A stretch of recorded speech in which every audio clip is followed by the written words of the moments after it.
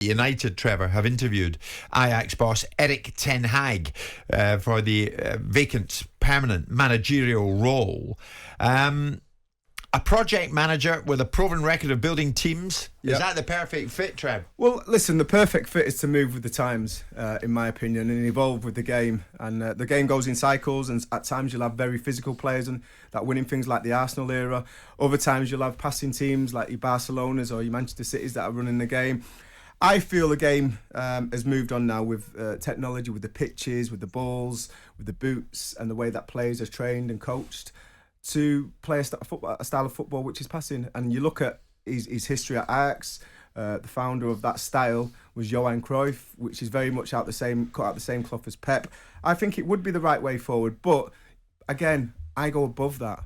You've got John Murtough as the director of football. If you're going to go for best in class, I'm not sure you're there. John Murtough went in at the football club with David Moyes in 2013, whatever it was. Yep.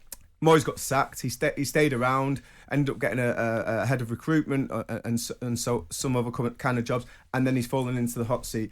I think you've got to go from top to bottom, and for me, he could be the right man, Erik Ten Hag, but I think you still need to look at different areas of the football club to get this right.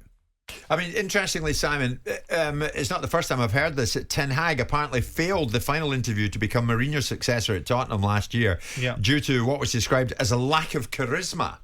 I mean, how much charisma do you need? How much charisma do you need? You need to be an effective manager who wins games. And with that comes charisma, doesn't it? Because you can't be a manager and lead a team without an element of charisma. Of course, you have to be a leader. You have to be someone that installs standards. And you look at all the managers we've got now, they've all got personality. They've all got charisma. But were you looking for that when you interviewed managers at Palace? Someone that lights the place up? Depends if you think charisma is the only defining aspect of what you're looking for in a person. It's part of it. You know, Klopp's got charisma. You know, Guardiola's got charisma. You know, they've all got charisma in certain ways, and some of them have got less of it. And it depends what you're looking for. The trouble for Man United is that they've got a very difficult dynamic, because really and truly, what's the project he's taking on? Yes, he's got a phenomenal record in the Dutch league, Eredivisie. He's got a 74% win rate. Forget about it. No one's got that. That's an incredible win rate. The only person that's got close to that, the only person that's got close to that, he's got 72. The only person that's got close to that is Pep Guardiola. So, but he comes from an elite league with Barcelona and another elite league in Germany, and lands in the elite league, Premier League, with the most finances. This guy comes from a substandard league. It might produce good teams that compete in Europe, but most of their teams that they played in our domestic league wouldn't win our domestic league. So and of course they're a free scoring team as well. He scores 2.5 goals per game that they play, and he concedes less than 0.8 of a goal per game against them. So all of those statistics bear out the philosophy. But what's his brief? Is his brief that you've got 5 years to rebuild Manchester United, root and branch, from the recruitment policies through to the culture of the football club to a winning team on the pitch, and we're going to give you 3 to 5 years to do this? Because when you look at it, Man City got that period of time. The difficulty for when they built their original side after 2008 and started to build, they got that period of time, and it wasn't so exposed. Because it's Manchester United, there's a here and now aspect to it. Is he the right man? Is it about charisma? Everyone's definition of charisma is something unique to them. My definition of charisma is someone that holds my attention and someone that's capable of leading people. You can't lead people without charisma. You can't lead people really without something about you that sparks them. Yeah. That's called charisma. But surely, Simon, United need to do what he's done at Ajax, because the big names they've brought in, Ronaldo has not really worked out. Ronaldo has been Ronaldo, brilliant. Yeah, but for the longer term, no. Before that, Ibrahimovic even came along the scene. Ten Hag has a proven record of building young teams from scratch. Fantastic, but United aren't an island on their own. They're competing in a league where there are clubs that are capable of dominating most leagues that they play in if they were playing in other leagues. So, but they're a project, Simon. Well, it depends what you think. And Ajax was a project, hence he brought in Frankie de Jong, De Ligt, Hakim Ziyech. But the landscape, Ajax, with respect to the world's media, doesn't occupy, irrespective of the fact that Johan Cruyff played for it, and it's one of those wonderful football clubs that has heritage. It doesn't have the same focus and expectation and financial resources and output and backstory. It's got the same expectation. They want to win. Opposition. Not the rivals are not as strong. With respect, the Eredivisie is not brought into the same argument. No, but Ajax are bigger than that. They want to win the Champions League. They're massive, and they've won that win. But they're intense. They're in the semi-finals under Ten Hag. But granted, and so have Lyon been. But that's not the point, is it? The point is that Manchester United are a huge football club that is in distress. So who do they need? Not Ten Hag. I don't know. I mean, I look at Ten Hag and say he's worth the conversation. Clearly he's worth the conversation. Yeah. Pochettino, despite the fact I'm not for him going into Man United, because I think there's an element of myth about what he really is rather than against what people say he did at Tottenham and what he's done at Paris Saint-Germain. I think he'll encounter the same problems at Manchester United that he might be encountering at PSG for different reasons. But, I think they're worth a conversation. I think the one they should have got, and I know it's an irrelevance, it was done now, they should have got Conte. They haven't got Conte, so it's an irrelevant conversation. Right. And there's an argument being made by Gary Neville, which is an intriguing one, about Diego Simeone. Style of football, every day, no. But character, backbone, substance, and the wherewithal to bring people along down his route, probably yes. I think the DNA at Manchester United is the missing thing. When you had Sir Alex Ferguson, they played 4-4-2, they had great wingers, they always had a striker that could score But they had goals, a culture. and the outworked teams. They had a culture. I think they've lost that. I think you've got a lot of players there now that you'd look at their performance and you say, can they deal with the pressure of 73,000 home fans supporting you and expecting you to win every week? The teams that I played against could, but I think the individuals in the team now can't. I think you need. But those players weren't born that way; they were helped to get to that way. Well, there was a culture at the football club, but that was changed by Sir Alex Ferguson. But that's the point. The culture of the football club was a drinking culture that won nothing.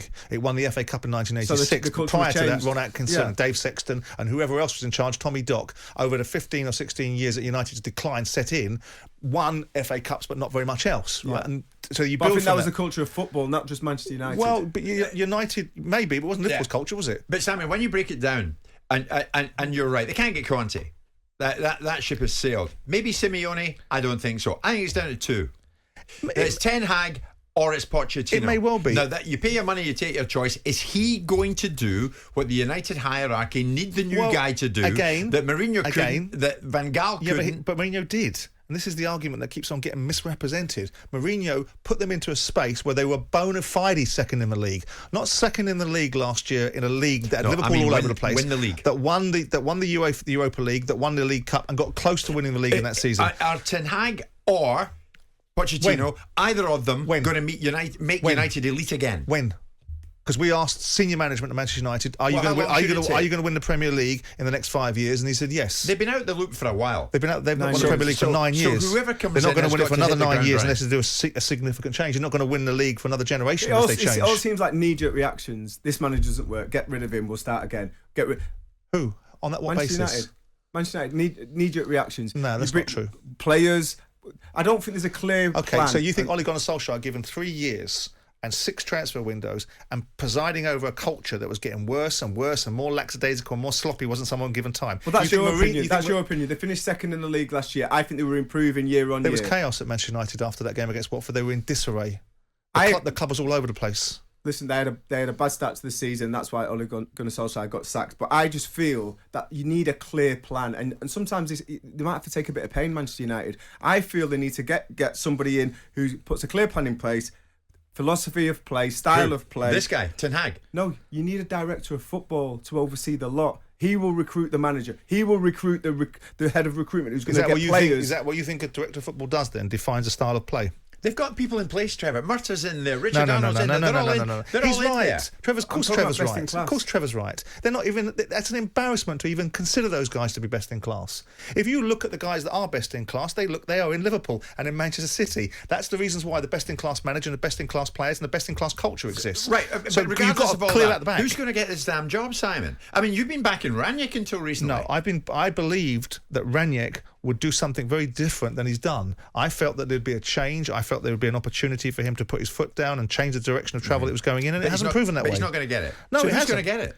Well, again, I go back to the original question. I think it's the guy we're talking about. It may well be, but that doesn't mean that that's a shoo-in for success. We're debating. If he gets it right, so let's say pick a name out of our hat. It's Erik Ten Hag gets the job, right? What's he going to do? What's his brief? Because if his brief is to win the league for Manchester United next year, he's going to be in terrible trouble, isn't he? Because he's not going to do it. So what is the brief for Man United? What are they going to try to achieve? Are they going to give this guy 3 years, 6 transfer windows? Are they going to give him proper support? Is he going to bring his whole staff? Is Edwin van der Sar going to come from Ajax and come into an old football club? What style of football are they going to play? Because I think if you look at the top teams in our league, you look at Liverpool, They've got great fullbacks that get forward. They've got midfielders who are technical. They've got forwards who like to express themselves and can do individual things. You look at Manchester City, it's completely different. You've got players who can pass the ball. But you've got players who Luke Shaw. Last year, we'd be arguing for Luke Shaw as a player that was playing for England. He's had a bad season. Very well. He's had a bad season. So they can recruit Manchester United. We can all recruit good players. It's what you do with those good players. Manchester United and that's where the philosophy comes comes into play, so everyone knows exactly what their role is in the team. I don't see that at Manchester United. I see it at Liverpool. I see it at Arsenal. I see it at Manchester City. I don't see that at Manchester United. Over the years, I've been to games, I've commentated on games. I don't understand what they're trying to achieve. Okay, well, what we do know is Erik Ten Hag has been interviewed and he came through it and apparently impressed. Does he get the job? We'll find out soon enough. Jim White and Simon Jordan. Monday to Friday mornings from 10 on AM, on DAB, via the talkSPORT app and on your smart speaker. talkSPORT.